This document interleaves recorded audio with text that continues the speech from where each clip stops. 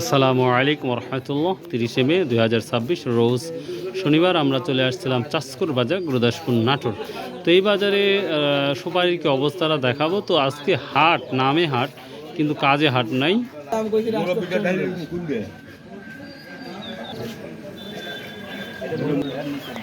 দেখি আজকের বাজারে কি অবস্থা একটু শুনে নেব আমরা। 2 টাকা, আমার 200 টাকা সহ, তাই না দর্শক? 200, 250, 300 হয়তো ভালো আছে। কতগুলো আজকে? 230 করছে না। সর্বোচ্চ কত? 300। তার মানে বাজার একটু বেশি মনে হচ্ছে। সর্বোচ্চ 300 না? 3 যাবে এখন, ততটাই বাড়বে।